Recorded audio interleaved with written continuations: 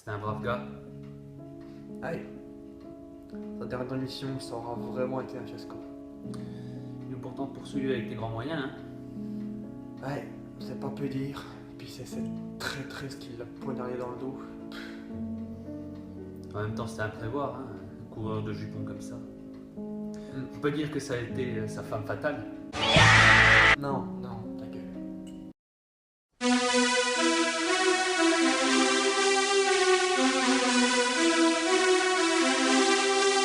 Yeah, yeah.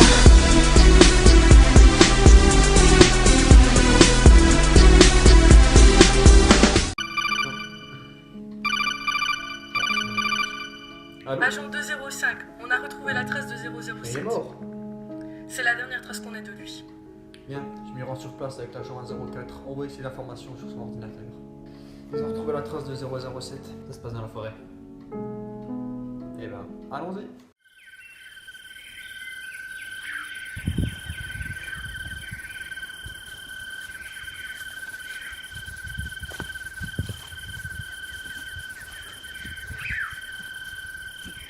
C'est ici, non? Ouais. Ça ressemble? Ouais. On passe en mode infiltration? Ouais. C'est bon. C'est bon.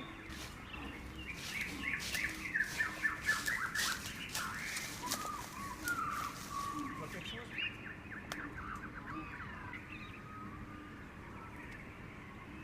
C'est même pas retranché, c'est bien planqué, hein? T'en penses quoi? Bon, pas, je vois rien. T'as l'envers. Là, j'ai un spot. T'en penses quoi? Faudra aller voir.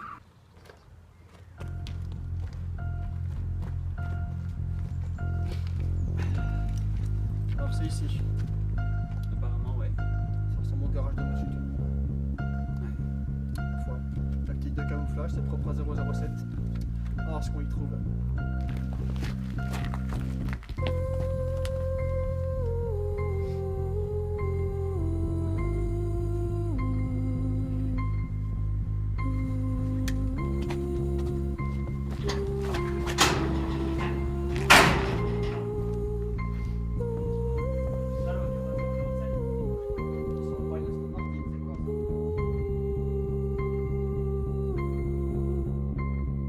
Mais c'est la GTI à 007. Il roulait pas un Aston?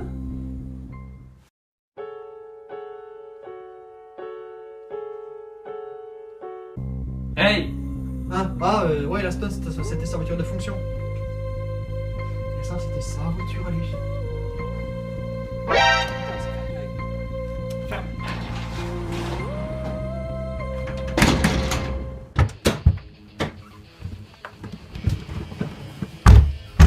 Trop bien cette voiture là, j'aime. T'as combien de puissance là-dedans là? Puis le GPS il est où? Tu savais. Ah, c'est magnifique ça! Faut commencer par le début. L'histoire! L'histoire. La 205 est une autre voiture qui a sauvé Peugeot dans les années 80 de par sa magnifique performance dans tous les domaines. C'est en 1978 que Peugeot lance le projet d'étude N24 qui deviendra par la suite la 205. La production débutera fin 82 pour une sortie le 24 février 83. De 1983 à 1990, c'est près de 5 300 000 voitures produites pour l'usine de Mulhouse, tout modèle confondu. Et justement, la 205, c'est une voiture qui a tout réussi sur tous les domaines. Elle a su être la petite citadine pas chère et économique. Elle a su être la bonne diesel, la bonne essence, la bonne familiale, la bonne routière, la bonne sportive, la GTI, la putain de GTI. Elle a su être aussi la bonne voiture de compétition. Dans les années 80, quasiment tout remporté avec Harry Vatanen et Harriman. La mythique 205 Turbo 16, Voilà. produite uniquement à 214 exemplaires. Produite à 214 exemplaires, dont 200 exemplaires produits pour le civil, obligatoire pour l'homologation En groupe B. en groupe B. Voilà, le groupe B, la vraie compétition de rallye pour les gens qui ont des couilles. La Turbo 16 qui aura aussi inspiré la 405 Turbo 16 en 89, qui a monté Pikes Peak et qui a battu le record avec Harry Vatanen aussi à son volant. L'année avant, la 205 y sera allée, mais aura abandonné puisque le turbo aura cassé lors de la montée. Et ouais. En 84 est parue la voiture la plus badass qui soit, La 205 GTI 105 chevaux à 6. Sans vous rappeler le premier épisode des vieilles chariotes, la 205 ayant 30 ans, elle est donc devenue une voiture de collection. Celle-ci est donc une voiture de collection. Les autres modèles de 205 qui sont parus après 84 sont donc des Youngtimers. Donc en 84 est apparue la première 205 GTI, donc celle-ci a 30 ans, et la GTI, donc cette année, c'est 30 ans. Voilà. Bananive. En 87, ce sera la GTI 1.9 130 chevaux qui paraîtra, en finissant sur des versions plus écolo, on ne sait pas à quoi ça sert à part faire chier le monde, avec des pots catalytiques réduisant la puissance à 122 chevaux, pour le marché français et bien avant pour le marché suisse. La GTI finira sur un modèle de luxe qui s'appelle la Gentry, avec une boîte automatique, une couleur vert Sorrento et un pot catalytique aussi. Un modèle tout cuir, tout confort et tout option. Les derniers modèles de 205 jusqu'en 90 seront principalement des routières, des essences et des diesels. Pour les modèles génération D, les 205 générations, les 205 sacrés numéros, avec des options plus modernes comme les vitres électriques, la direction assistée, les airbags au volant, les ABS. Et en 98, malheureusement, la production s'arrête. On met en place à la 206. Voilà, c'est pas trop mal. Bon, on envoie la bosse aussi, il y a d'autres trucs à faire. Hein. Ouais, grave. C'est parti.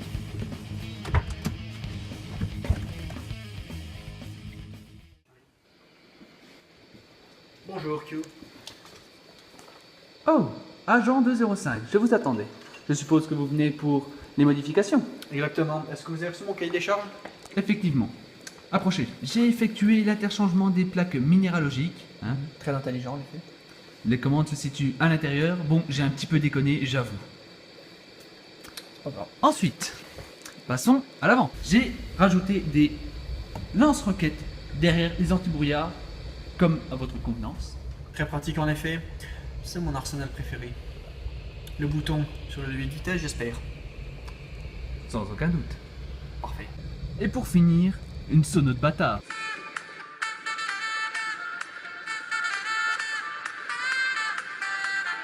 T'es pas sérieux là? Deuxièmement, mécanique et variante.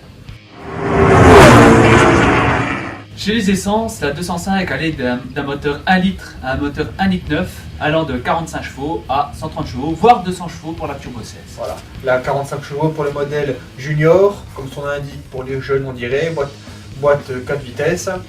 En passant par les 1 litre 4, 1 litre 6, l'1 litre 8 XU8T pour les moteurs essence. D'abord, ce sont les moteurs X hérités de la 104 qui sont installés.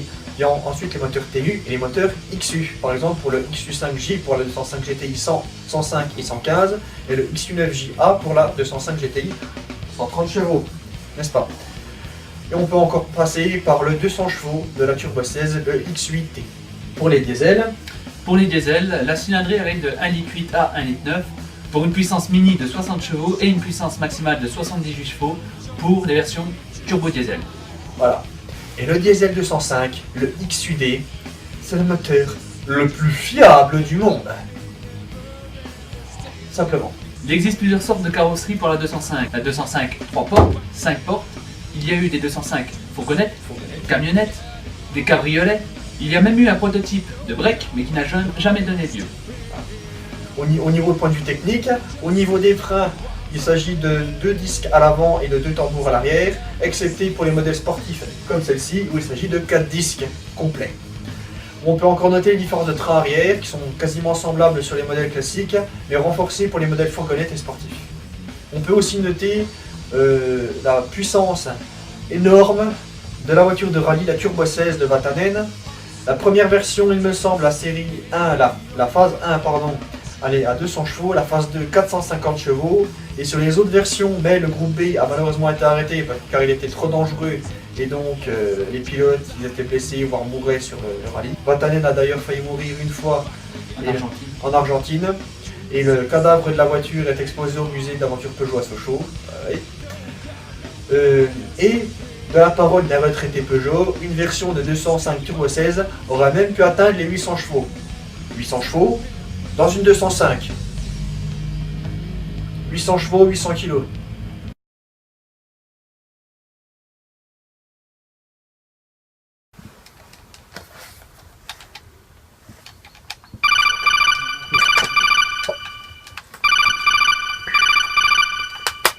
Non, c'est un Cameron et Penny. Allô? Agent 205, ça y est, on a retrouvé la trace du meurtrier. On a envoyé un agent l'éliminer. On a le journal de 007. Ah bon? Envoyez-le nous alors.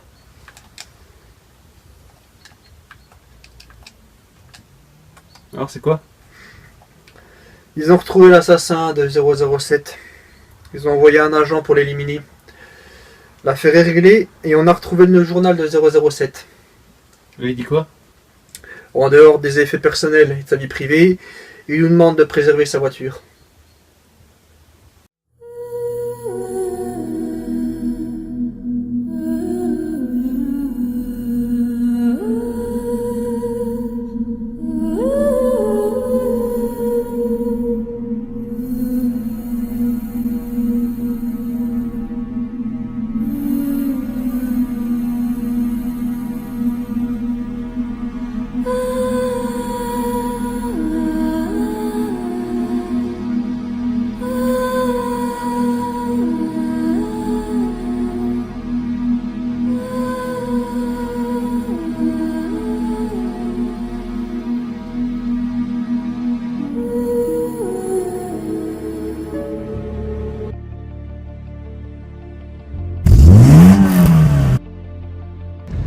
Troisièmement, aujourd'hui. La 205 aujourd'hui, c'est un peu la voiture de Monsieur Tout le Monde. Hein. Ouais, c'est un peu la voiture qu'on peut avoir pas trop cher. Hein. Bon, il y a les épaves à moins de 1000 € quand même. Mais c'est une voiture réputée pour être très fiable. Un moteur incassable, il peut tenir 500, 600, 700 000 km. C'est pas rare de trouver des voitures approchant les millions de kilomètres. Mais il y a quand même quelques points faibles. On peut noter la rouille par exemple. Et surtout le train arrière qui fait défaut car il chope du carrossage avec le temps. Du côté des prix, on peut aller Du côté des prix, on peut trouver n'importe quel prix. Les voitures les plus courantes peuvent se trouver à 500, en dessous de 500 €. Bon, Oui. En épave, en épave. Hein. Et suivant les modèles, comme d'habitude, ça augmente. Voilà. Par exemple, une GTI, ça coûte plutôt cher quand même. Hein. En bon état, ça peut coûter dans les 5-6 000 € plus. Pour les séries, pour les GTI Griff ou les Gentry. On ne parle pas non plus de la 205 Turbo 16. Qui peut dépasser les 100 000 €. 3 petits B. Test. 205 GTI 130 chevaux, c'est quand même 130 chevaux pour 800 kg. Avec de gros culs dedans. Mais ça fait quand même 800 kg pour 130 chevaux. Et c'est beaucoup. Alors on va voir ce que ça donne un petit peu, sans trop forcer. Sécurité avant tout.